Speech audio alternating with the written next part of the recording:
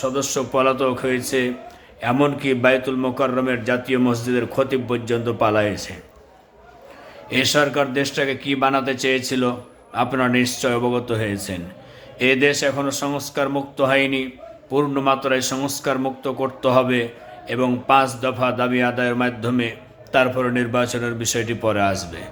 সম্মানিত উপস্থিতি, আমার প্রিয় দিনদার ইমানদার মুসলমান ভাই বোনেরা, ধূমকেতুর মতো এলেন ন্যায় ও ইনসাফের বলিষ্ঠ কণ্ঠে বিপ্লবের দাবানল ছড়িয়ে হঠাৎ রবের সান্নিধ্যে চলে গেলেন সেই আমাদের শরীফুল ইসলাম উসমান হাদি ভাই। তিনি আমাদেরকে ছেড়ে পরপারের ডাকে সাড়া দিয়ে মহান আল্লাহ রব্বুল আলমিনের সান্নিধ্যে চলে গেলেন। আপনাদেরকে কি দিয়ে বুঝাই সে হাদি ভাই কেমন একজন লড়াকু ছিলেন, কেমন একজন সৈনিক ছিলেন, কেমন একজন সাহসী বীর ছিলেন। সেই বিপ্লবী হাদি হারিয়ে গেল মোদের থেকে, হার না মানা বীর, তার শোকেতে শোকাহত দেশের সকল নীড়। তার মুখের ওই বজ্রকণ্ঠ ভেসে আসে আজও কানে, যেই ভাষাতে বিপ্লব ছাড়া নেই জীবনের মানে। হাদি ভাইয়ের বিপ্লবী সুর রক্তের আঙ্গারিন, যুগে যুগে আসবে ফিরে, রুখবে না কোনো দিন। এক হাদিকে ঘুম পাড়ালে হাজারো হাদি জাগবে, এমন করেই ফ্যাসিবাদীরা এই দেশ থেকে ভাগবে।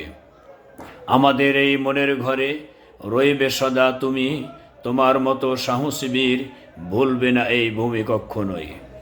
আল্লাহ সুবহানাহু ওয়া তাআলা ইরশাদ ফরমায়েছেন, ইয়া আইয়ুহাল্লাযীনা আমানু লা তাত্তাখিযুল ইয়াহুদা ওয়ান নাসারা আউলিয়া বা'দুহুম আউলিয়াউ বা'দ ওয়া মান ইয়াতাওয়াল্লাহুম মিনকুম ফাইন্নাহু মিনহুম ইন্নাল্লাহা লা ইয়াহদিল কওমাজ যালিমিন। আল্লাহ সুবহানাহু ওয়া তাআলা সূরাতুল মাইদার 51 নম্বর আয়াতে কারিমায় ইরশাদ ফরমায়েছেন, হে মুমিনগণ, তোমরা ইহুদি ও খ্রিস্টানদেরকে বন্ধু বানিও না, তারা পরস্পরে একে অপরের অন্যের বন্ধু। তোমাদের মধ্যে যেই ব্যক্তি তাদেরকে বন্ধু হিসাবে গ্রহণ করবে, বন্ধু বানাবে, সে তাদের মধ্যেই গণ্য হবে। নিশ্চয় আল্লাহ রব্বুল আলামিন জালেমদেরকে হেদায়েত দান করেন না। সম্মানিত উপস্থিতি, আমার সম্মানিত দিনদার ইমানদার মুসলমান ভাই বোনেরা, আমি আপনাদের দৃষ্টি আকর্ষণ করতেছি যে ভারতীয় আধিপত্যবাদ বিরোধী 3 অমূল্য রত্ন আমাদের কাছ থেকে ইতিমধ্যেই বিদায় নিয়েছেন। আল্লামা দিলওয়ার হোসেন সাঈদী সাহেব, যিনি সারা বিশ্বের আলোড়ন সৃষ্টিকারী বক্তা, কোরআনের একজন আলোচক, কোরআনের একজন পাখি, যে মানুষটির হাতে হাত দিয়ে প্রতি বছর একাধিক অমুসলিমগণ ইসলাম ধর্ম গ্রহণ করেছেন, যেই ব্যক্তির আলোচনা শুনে অসংখ্য মানুষ অন্যায় অপকর্ম পাপ কাজ ত্যাগ করেছেন এবং আল্লাহ রাব্বুল আলামিনকে চিনতে পেরেছেন। সাথে সাথে আরেকজন ব্যক্তি জাবরার ফাহাদ, সেই স্বৈরাচারী শাসক পেটুয়া বাহিনী দিয়ে, তার চেলা চামচা সন্ত্রাসীদেরকে দিয়ে আবরার ফাহাদকে দিনের পর দিন রাতের পর রাত নির্যাতন করতে করতে তাকে জীবন্ত পিটিয়ে মেরে ফেলা হয়েছে। সে বারবারই বলেছিল, আমি শিবির করি না, আমি শিবির কর্মী নই, আমি শিবির করি না। শুধুমাত্র তার একটু সততা দেখে, তার চালচলন উঠা বসা দেখে, তার মুখে দাঁড়িয়ে দেখেই এমন ধরনের তারা নির্যাতন করেছিল এই কুত্তা বাহিনীগুলিও। আজকে আমাদের মাঝ থেকে আরেকজন রত্ন বিদায় নিয়ে চলে গেলেন, সেই শরীফুল ইসলাম উসমান হাদি ভাই। তিনিও ভারতীয় আধিপত্যবাদী বিরোধী আন্দোলনের সাথে সামিল ছিলেন। এই দেশ থেকে ভারত মুক্ত করতে চেয়েছিলেন, ভারতের দালাল মুক্ত করতে চেয়েছিলেন, এই দেশটাকে আসলে খাঁটি সোনার বাংলা হিসাবে তিনি দেখতে চেয়েছিলেন। সম্মানিত উপস্থিতি, আমার সম্মানিত দিনদার ইমানদার মুসলমান ভাই বোনেরা, আসলে কোনটা বলবো কোনটা ছাড়বো, অনেক বলার আছে। আপনারা জানেন, দিল্লির দাসদের মাধ্যমে দেয়া উপহার, আল্লাহ পাক সবাইকে জান্নাত নসিব করুন। দিল্লির দাসদের মাধ্যমে দেয়া সেরা উপহার, আল্লাহ রাব্বুল আলামিন সবাইকে মাফ করে দিন এবং সবাইকে আল্লাহ রাব্বুল আলামিন জান্নাত নসিব করে দিন। যে সমস্ত মুসলমানগণ ইসলামের পতাকাবাহী, সেই কালেমার উপরে বিশ্বাস করে ঈমান এনে এক আল্লাহ রাব্বুল আলামিনের এই জমিনে মুসলমান হিসাবে নিজেকে প্রতিষ্ঠিত করার জন্য, আল্লাহর গোলামি করার জন্য নিবেদিত করেছিলেন। সেই পিলখানা গণহত্যা 2009-এ আপনারা জানেন যে 54 জন সেই সেনা সদস্যদেরকে বিনা বিনা কোনো ধরনের অপরাধ ছাড়াই তাদেরকে দুনিয়ার থেকে বিদায় করে দেওয়া হয়েছে। এরপরে বিদায় করে দেওয়া হয়েছে সেই শাপলা গণহত্যা 2013 সালে সংঘটিত হয়েছিল।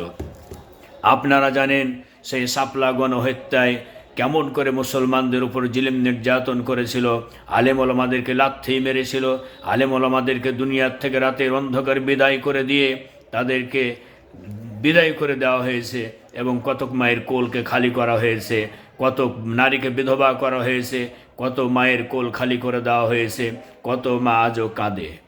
সেই একই সুর ধরে আপনারা জানেন যে গুম করা হয়েছিল অনেককেই। সেই খুন চালিয়েছিল 2009 থেকে শুরু করে 2024 সাল পর্যন্ত। শহীদ আবরার ফাহাদকে 2019 সালে দুনিয়ার থেকে বিদায় করে দেওয়া হয় সারা রাত ধরে পিটনের মাধ্যমে। সেই শহীদ মীর মুগ্ধ যারা 2024 সালে সেই স্বৈরাচারী সরকারের পতন ঘটানোর জন্য রাজপথে সেই লড়াকু হিসাবে কাজ করেছিলেন, অবরুদ্ধ জবান 2009 থেকে 2024 সাল পর্যন্ত এমন অত্যাচার জুলুম নির্যাতন তারা করেছিল। সেই মোদির দাসদের জুলুম অত্যাচার নির্যাতন চলেছিল 2009 থেকে 2024 সাল পর্যন্ত। আপনারা জানেন শহীদ আবু সাঈদ যে কোনো ধরনের বৈষম্য সহ্য করতে না পেরে নিজের বুকটাকে আল্লাহ তাআলার এই জমিনে নিজের বুকটাকে উন্মুক্ত করে ধরেছিলেন যে যত গুলি মারার প্রয়োজন আছে আমাকে মেরে ফেলো, তারপরেও এই ময়দান থেকে আমি পিছপা হব না। সেই ময়দানে শহীদ আবু সাঈদ দুনিয়ার থেকে বিদায় নিয়ে চলে গেছেন 2024 সালে।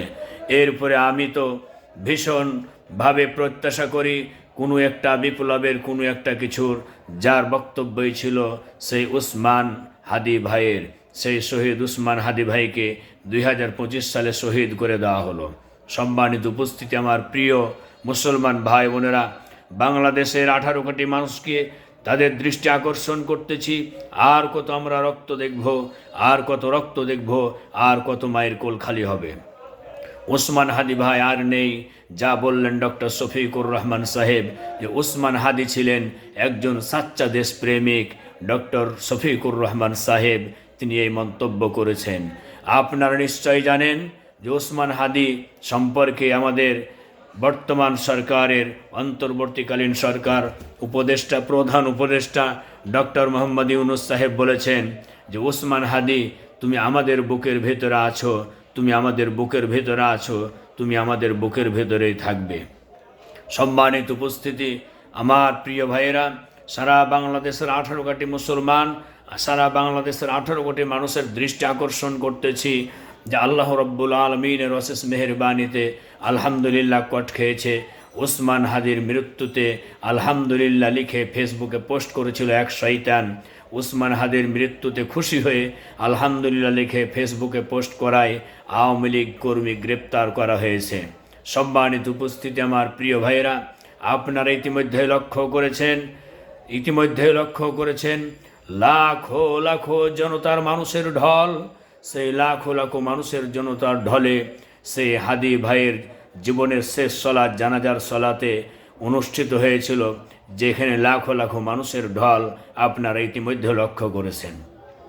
যদিও সে এই দেশের প্রেসিডেন্ট ছিল না, যদিও সে এই দেশের মিনিস্টার ছিল না, যদিও সে এই দেশের কোনো মন্ত্রী ছিল না, আপনারা দেখেছেন যে সেই শেখ মুজিবুর রহমান সাহেব যখন মারা যায় তখন তার লাশটাকে কে নিতে আসবে এই লোকটা পর্যন্ত পাওয়া যায় নাই। সেই শেখ মুজিবুর রহমানের লাশ পড়েছিল। কিন্তু দেখুন আমার প্রিয় হাদি ভাই, যে হাদি ভাই দেশের কোনো এমপি ছিলেন না, কোনো মন্ত্রী ছিলেন না, কোনো প্রেসিডেন্ট ছিলেন না, কোনো রাষ্ট্রপতি ছিলেন না, তার উপরও লাখো লাখো মানুষের জনতার ঢল নেমেছিল তার জীবনের শেষ সলাৎ জানাজার সলাৎ আদায় করার মাঠে। সম্মানিত উপস্থিতি, আমি বাংলাদেশের 18 কোটি মানুষকে এই মর্মে সতর্ক করে দিতে চাই, আর কত রক্ত নিয়ে খেলা খেলবে, আর কত মায়ের বুক খালি হবে, আর কত সন্তানগুলি এতিম হবে, আর কত আমার বোনেরা বিধবা হবে। এগুলি আর সহ্য করা যাবে না। অতএব সামনে সময় আসছে, নির্বাচন যদি হয়, সেই নির্বাচনের মাধ্যমে আমাদেরকে এই মর্মে প্রতিজ্ঞাবদ্ধ হতে হবে, ওয়াদাবদ্ধ হতে হবে, আমাদেরকে প্রতিজ্ঞা করতে হবে যে এই জমিনে আর সেই সোহাগের মতো আমরা খুনিদেরকে এই দেশে প্রতিষ্ঠিত হওয়ার সুযোগ দেব না। যেই সোহাগ ভাইকে পাথর মেরে মেরে মেরে মেরে দুনিয়ার থেকে বিদায় করে দেওয়া হয়েছে, এরকমভাবে কত শত প্রাণ তারা কেড়ে নিল, এরকম ওই সমস্ত কুলাঙ্গারদেরকে আমরা এই দেশে কখনোই তাদের